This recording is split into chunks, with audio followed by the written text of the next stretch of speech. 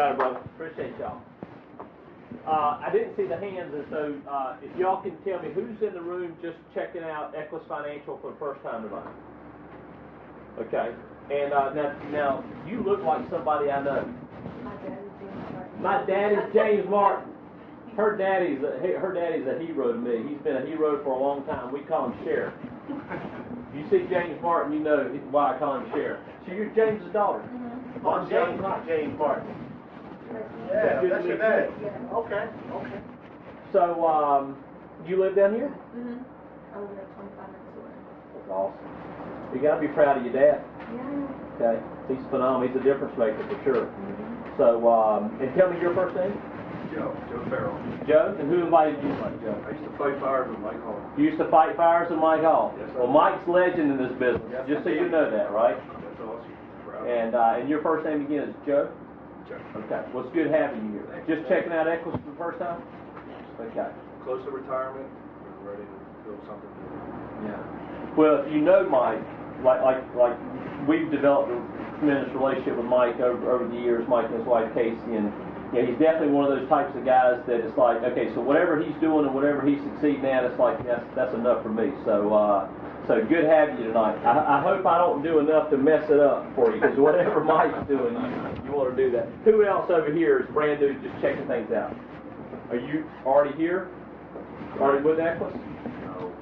It's not my first time with a meeting, but Daniel McCray. Daniel McCray. Gotcha. Who over here? First time? Down here, Kentucky? Yes, sir. I'm from Kentucky. Kentucky. Yes, sir. You living in Baltimore now? No, I'll be living in Philadelphia. Philadelphia. Yeah. Who invited you? That was Dave Stewart. Dave Stewart. Fantastic. You met Dave? Yes. Okay. Today. There's just here we are in a room, 20 people, however many people in here, and there's like legends like Mike and Dave Stewart, and got Kurt Falk back there, Mark Traeger, Daniel McCray just introduced me, Matt. I mean, golly, guys, this is so cool. There's a seat right up there. This isn't like Gallagher. It's not like if you sit on the front row you get wet or anything. So tonight, what I'm going to do is I'm going to talk to you guys about Equus Financial. One of the most difficult things for me to do is, Joe, is to talk about like what we do. Because when I got involved in business ownership in 1993, which was, you know, before some of you guys were born, but 1993, when I got involved in business ownership, I didn't get involved because of the activity that we do. I got involved because of the result that it produced. And tell me your first name? Andre. Andre. Good to see you, Andre. And so one of the things that I'll ask a question to you guys is have we all gotten to a point in our life where you're a lot more interested in the result that we can produce versus what it is we do? Because, you know, I can sit up here and I can try to wow you with what we do. I can try to let you know that it's fun, that it's like easy, and it's like, you know, I mean, and I kind of, when I'm saying that, I'm kind of visualizing in my mind, you know, all these network marketing meetings that we've probably been to at some point in time in our life, right? You know, you get up there and you sit through 45 minutes of it, and you think, well, golly, all I got to do is walk out to my car and crank it and drive home, and I'm going to be a millionaire, right? And we just know that that's not the case. That's never the case. And so I'll describe what it is we do at Equus, but I'll tell you, I can effectively do that in about 3 or 4 minutes, okay? And so either it's going to be a really short meeting, or you're going to be a lot more interested, like I was, in the result that we can produce, Joe, versus what it is we do. So in starting that way and in letting you guys know that we're going to spend ample time on both, let me start off by going ahead and telling you guys what we do to actually make money. Equus Financial is a primarily a lead-driven sales opportunity. Does somebody have a mortgage protection lead on them? Yes. Can I just see that real quick? Hey, how are you? I'm John Cox. Hey, Bobby. Nice to meet you. What's up, Bobby? Okay. It's an intimate enough room where maybe you can see this, but So when I say a lead-driven sales opportunity, Joe, mortgage protection is this. Anywhere in the United States, when there's a new mortgage created or a refi, it's public record. So what our company does is we mail, hey, y'all come on in. Do they say y'all up here at Kirk Falls? Okay. If anybody needs a translator for redneck, y'all raise your hand and just let Daniel and Mike know. So Equus Financial. Okay, stay with me because this is going to be painfully simple. Okay, but don't let the simplicity of what we do. Don't let that head fake you, because there's a lot of money to be made in the sheet that I'm holding up right here. Okay, so mortgage protection. By the way, this sheet also represents, as far as the result that I'm going to talk about in a little bit, this sheet represents our quarter pounder with cheese. Okay, y'all just remember, Kentucky, remember that, quarter pounder with cheese. Y'all got a McDonald's in Kentucky, don't you? Okay, quarter pounder with cheese, French fries, apple turnover, milkshake. Okay, a lot of money to be made of it. Okay, so whenever there's a home bought or a refi, it's public record. And what we do is we mail to that public record, and we mail this letter. And it talks about providing mortgage protection, which is paying off your house if you pass away. Do we have anybody in the room that was actually a client first and then actually developed into a field underwriter? Anybody in the room like that? Okay, every now and then somebody raises their hand and goes, yeah, I was one of those people that got that form and I filled it out, and I had, Mark Traeger or Kurt Falk come to my house, and they actually gave me protection, and I actually fell in love with living benefits and what y'all do, and I've loved it enough where I actually got my license, and now I'm out making a difference in people's lives. And by the way, when I'm talking about what we do and how simple it is, guys, I'm just telling you, what we actually do for this family that filled out this form, we changed their life, and I'll talk about that in just a second. But what creates this thing that we call a lead, which is actually not a lead at all, it's actually a responder, right? It's a lot of times leads, it has different definitions, right? It's like you go to work for that company and they say they have leads, right? And you go, hey, where are your leads? And they go, well, in a phone book. Open it up, whatever page it's on, that's the leads, right? And so I have to be careful calling this a lead, because somebody called me out on that one time, and somebody said, now wait a minute, now that's not a lead, that's actually a responder. And I said, well, I guess you're right. But the thing about it is that his experience of what a company actually called a lead was very different than ours. So we actually mail to that data.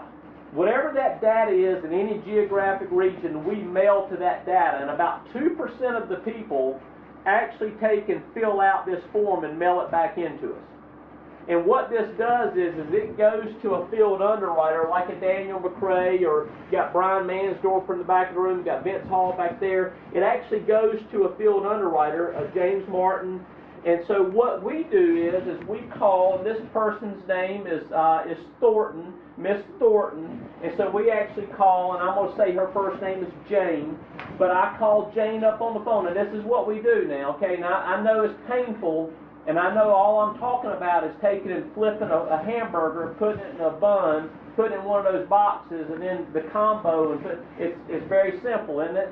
But I call Miss Jane and I say, now Jane, my name's John Kite, how you doing? And she says, fine.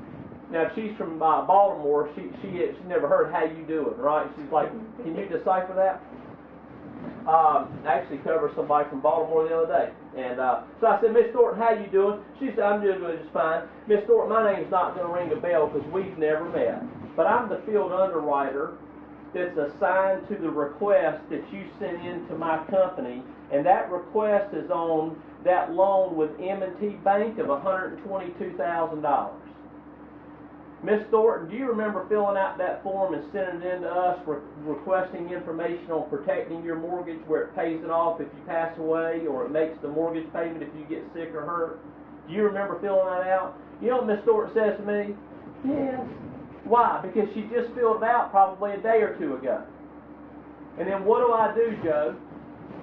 All I do I'm a field underwriter. I'm not an insurance salesman. There's a big difference. I don't see very many insurance salespeople succeed at what we do, but I see a lot of people who have a heart to get information out, providing a service for these people, like Mike Hall. I see them succeed tremendously. So what do? We go to this person's house and we sit down with this person, and you know what I do? I find out what their health is. I find out what their budget is. And then I find out what do they want to accomplish. Wait a minute, John, you actually ask them that? What do they want to... They don't teach that in any of the sales books. So you've got to ask them 4 yes questions, and then you've got to slide around to the back, and then you've got to like get them to hold the pen, and you move the paper, and then run out of the house. Isn't that what we do? Isn't that sales? Isn't that what we're doing at Equus Financial? Insurance sales, isn't that what it is? You hold the pen, I'll move the paper, and I'm out? No. We're real people that go see real people, and we find out what they want to accomplish. Now, I sit down with 3 types of people, mainly. Joe, I sit down with people every week. Let's say out of 10 to 12 people I sit down with every week. If I want to make somewhere around $3,000 or $4,000 a week, at the lowest contract level that we have, if I want to make about $3,000, $4,000 a week, I'm going to go see 10 to 15 of these people a week. And here's what's going to happen. 3 to 4 of them, they're going to know why they filled out the form, and they're going to hope that you can get them some protection that fits in their budget.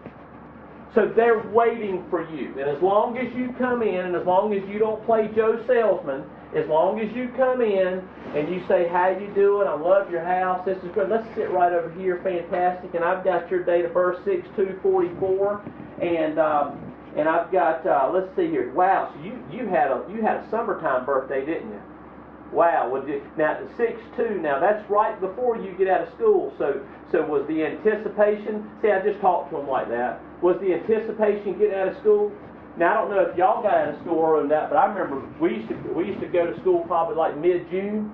And so if I had a birthday June the 2nd, it'd be like, oh, I'm almost out of school for the summer, right? And when we were kids growing up, summer times lasted forever, didn't they?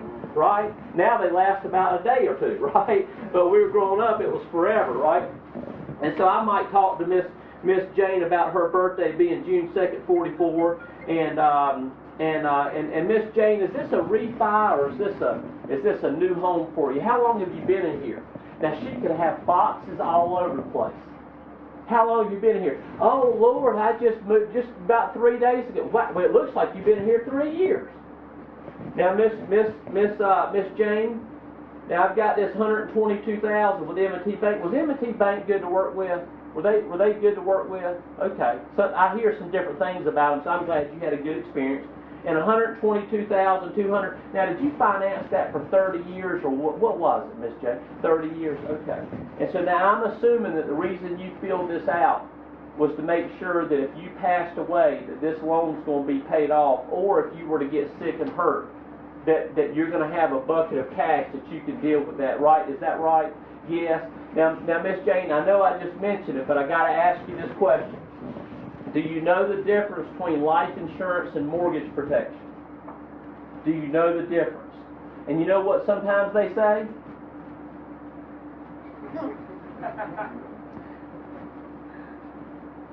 Miss Jane, you may know the difference. Let me just make sure that I explain this to you. Because regular life insurance, that's actually, Miss Jane, when was the last time you ever saw a flip phone? When was the last time you saw a flip phone, Miss Jane? And you know, Miss Jane said, oh, Lord, it's been a long time. Well, unfortunately, in the life insurance business, we see them all too often. And let me explain what that is. Regular life insurance is what people have. The only value that it has is if they pass away. That's the only value it has. If the person passes away, the beneficiary gets the benefit from it. Okay? With mortgage protection, yes, it has a life insurance aspect to it. If you pass away, Joe, are you married, Joe? Okay. So if you were to pass away, Joe, yesterday, who would be somebody in your life that you care about that you want to leave a benefit to maybe help them out? My children. Your children. What's your oldest child? 31. Okay, so let's just say that he is a boy or girl? Boy. Okay, let's say he's the beneficiary, so that's who you would leave to. Okay, fantastic. Now, Joe, can I tell you, about 75% of the reason that people do mortgage protection, it's not if they pass away. Joe, how old are you? 49. Joe, you're 49. Okay, so for the next 30 years of your mortgage, 49 to 79, can I just tell you, Joe, you ain't going to die. Okay, I'm just going to tell you that. Now, we don't know that. We don't have a crystal ball. But you know what? Most of the time when people put coverage in a place, the reason that they need it is not because of death. Mortgage protection is way different than life insurance because mortgage protection actually allows you to use the death benefit, the face amount, if you were to get diagnosed with a critical illness or if you were to get hurt in an accident and get diagnosed with a chronic illness. So the majority of people, the reason they lose mortgages, the reason they lose homes, the reason they get in financial devastation is not because of death, it's because they get diagnosed with a critical illness or a chronic illness. Does that make sense? And so, Miss Jane, do you understand now that mortgage protection is a lot different than regular life insurance? Matter of fact, Miss Jane, we look at regular life insurance as the flip phone. And actually, mortgage protection, what we have is actually the smartphone of the insurance world because it does allow you to use it for a lot more circumstances than just if you pass away. So, Miss Jane, let me ask you a question. Why did you fill this form out? What was the reason? You just want to make sure that if you were to get sick or hurt or pass away, that nothing's going to happen to your home? That's right, okay. Now, Miss Jane, I got to ask you a few health questions. Miss Jane, let me ask you this. In the last 10 years, have you had any type of heart issues? Have you had any type of internal cancer? Have you had any type of respiratory issues? How about any diabetic issues? Miss Jane, are you diabetic? Any type of diabetic issues? Now, Miss Jane, any type of feel-good medications you take, any type of mild depression, any bouts in the last 10 years of any type of mild depression, okay? And so I'm just finding out health. Now, why is that important? Because I have to know what they qualify for, okay? Now, here's the last thing. Here's what I know. Our average sale, Joe, is $89 a month. Across the United States of America, our average sale, when people take out mortgage protection, it's around $89 a month. So when I'm sitting down and I'm talking to Miss Jane, I have to be smart enough not to sit there and put 5 options on a piece of paper that's going to cost her $500 a month. How many people you think can afford $500 a month? Not many. Not many. So you know what I already know about Miss Jane? I have that ESPN thing going on. I know everything about. See, you know what I know about Miss Jane? Miss Jane's like everybody else in the United States of America. You know what they can afford for mortgage protection? $89 a month. So do you know what I'm going to do? I'm going to put a couple options on that piece of paper, Dominic. I'm going to put a couple options on there, and here's going to be one option. One option is going to be real high. One option is maybe full mortgage protection, okay? And if she was born in 1944, I can assure you it's going to be a lot more than $89 a month. So I'm going to at least show it to her, and I'm going to let her know. Now, Miss Jane, I've written this out on a piece of paper, and I'm going to show this to you. I'm just going to tell you, most people can't afford it. I don't know what your budget is, but Miss Jane, I'm just going to, if you'll let me, Miss Jane, can I talk to you like you're my mom? Okay, most people can't afford that. So, Miss Jane, here are a couple other options that fits in most people's budgets. Now, guys, every now and then, I'll have Miss Jane look at that first option, and she'll go, no, I think that's fine. If I can qualify, I think that's just fine. Okay, well, are you sure that fits in your budget? Okay. Well, I don't know if you'll qualify or not, but I'll do my best as your field underwriter, okay? But you know what I do? I put a couple options on that piece of paper. One option is going to be between $80 and $120 a month because I know what's most affordable. And then one option may even be lower than that. When people have to pick out of 3, what do they usually pick? Middle. That's about the height of my sales tactics, right? I just wanted, but I want to work with the national average. So guys, I'm going through this painfully slow because this is what we do to make, guys, do y'all know that there are people that take these sheets of paper every single week and they go out there on a self-employed basis as a field underwriter and they go out and they make over 200,000, over 300,000, some even over 400,000 a year just by going and sitting down and putting coverage in place on Miss Jane? Hey, how you doing? So what we do from a sales standpoint, from mortgage protection, is we take this sheet of paper and we go to people's houses and we help them. Does that make sense? Okay. Now, I'm going to put this right there. Okay. Dave, you don't happen to have a final expense lead on you, do you? I do not. Okay, it's fine. Okay. Lead-driven sales. Okay, with mortgage protection, we do what? We deal with people that just got a mortgage or people that just refinance. Final expense. Final expense is a great market, and from a lead-driven sales standpoint, it's actually, I think, one of the most powerful markets that we have access to in the United States of America. Why? Because with final expense, we're serving the baby boomers. Does everybody know who the baby boomers are? That generation of people born between 1946 and 1964. Over 78 million babies born between 1946 and 1964. Why is that? Well, it's like the guy told me one time. He said when they came home from the war, he said, son, you know what the first thing I did when I came home from the war? He said, what, Daddy? He says, I made love to your what? To your mama. He said, you know the second thing I did when I came home from the war, son? He said, what, Daddy? He said, I dropped my duffel bag. So what I'm saying is that when people came back from the war, they had a sense of urgency, right? Okay? So 78 million people born between 1946 and 1964. So if you look at those people, there's over 10,000 people turning 65 every single day. Final expense from a lead-driven sales standpoint is so powerful to me as a network builder. It's so powerful to me because the amount, if we can generate this many mortgage protection leads in the United States of America, then comparatively we can produce that many final expense leads. Why? It's just data.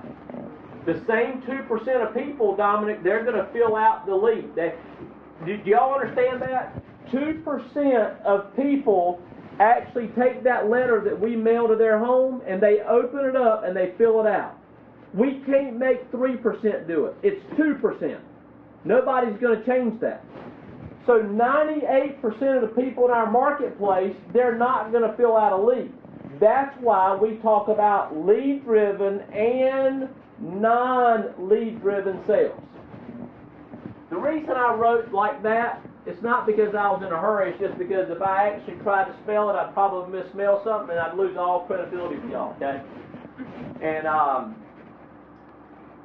final expense is a little different because we are dealing with lower income baby boomers.